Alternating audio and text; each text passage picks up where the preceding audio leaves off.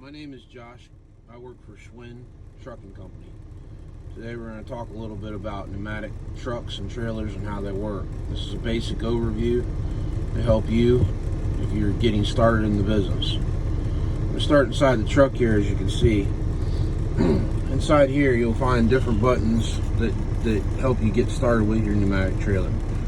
Over here, located on this side, is your PTO. Right here, this button, when you get started, you'll flip this up and you'll flip this button up to on, and that will turn your PTO on. In order to do that, the truck is in neutral.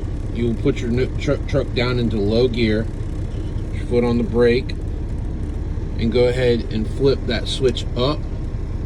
And then once the PTO engages, you hear the PTO engage, you're going to put this back into neutral.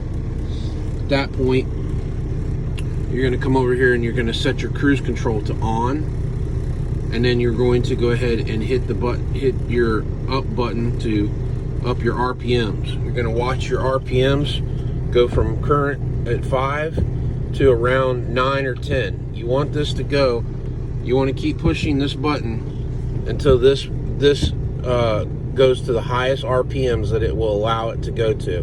It's governed or set at about 9 or 10. That's where you'll hear it. It'll level off. Of course, you don't do this until you're all set up outside. We'll go outside and take a look at where you start. All right, this is your pneumatic trailer. This right here is your blower. Your blower motor is down there. You'll get to learn more about that as you proceed with the job. You would take this cap off. Okay, you're going to take that cap off, and you're going to hook this hose right here, which is a hot hose, over to here, and then clamp down on the sides. You'll clamp down these locks to engage the hose onto your blower exhaust motor there. Second thing you're going to do is make sure that your levers are in place. This is what's called your top air lever. It allows top air to go into your tank. In this situation, you want this down so that air can travel from your hot hose through your pipe, through your top air, and up into your tank to charge your tank. This is your bleed off valve. This, if you were getting ready to start, would be in this position right here, so the air cannot bleed out of the system, in the closed position. We'll get more about the bleed off valve in a minute. Next, you're going to come to your product line valve. In this situation, we're going to have it open to start. We would go up in the engine, go up in the cab, and do what I told you before. We'd start the PTO and all that stuff, and then once it was started, we would come back out and we would actually put this into the closed position so that the air would not be going through the line at the bottom, but it would continue to build up in the tank, so you would build your pressure up. Of course, at the bottom is your product line valves.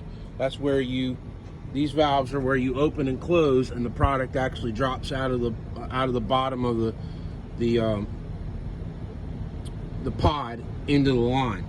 But for right now, we'd have those closed. This valve controls your aerators. It controls the air to your aerators. You can leave this one open, it won't matter. For now, these are your aerator valves. You're going to want those closed, all except for, in this situation, I would leave the one open for the pod I'm going to start on. But for now, we'll leave them closed.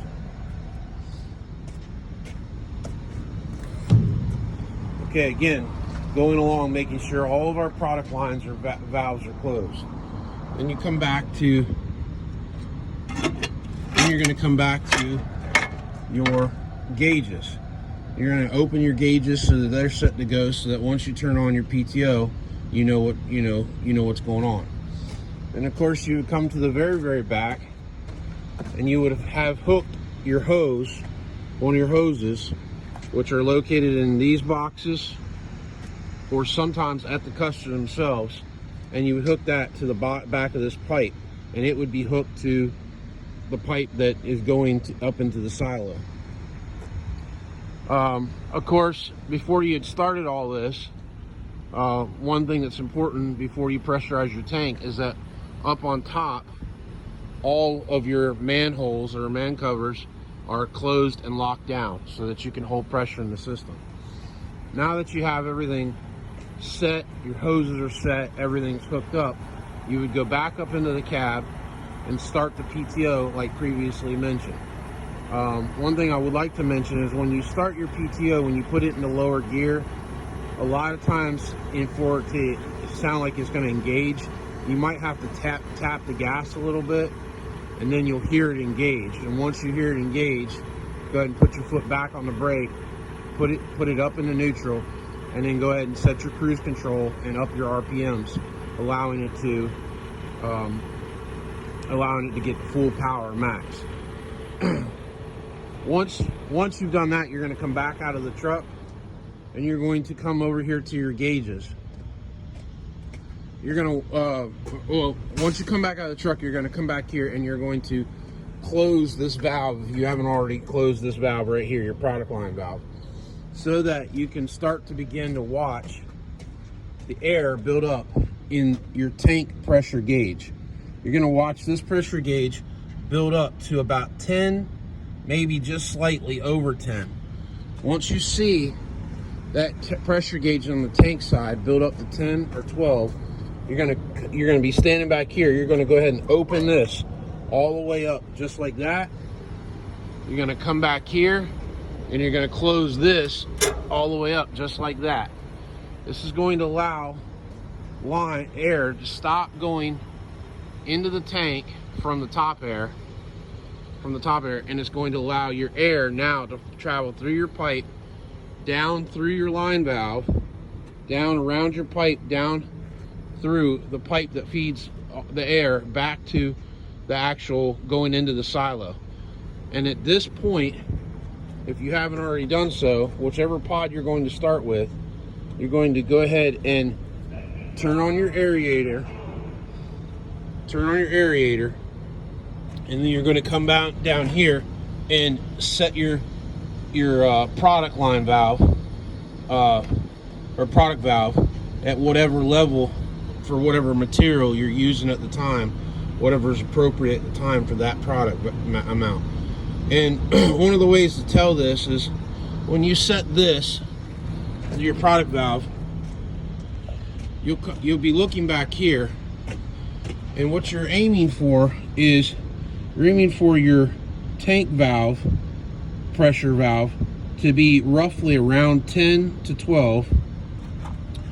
And once you've opened your product valve, you want also for your line gauge to be between 10 and 12.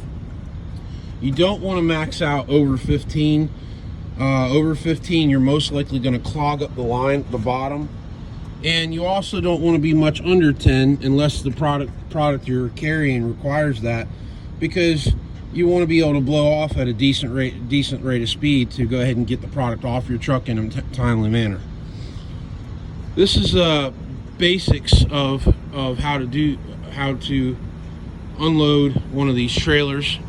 The only thing I'll cover left is that when you're blowing off this pod here, as we would have been blowing off, what you'll be looking for eventually is that you'll see that these gauges will both start to drop.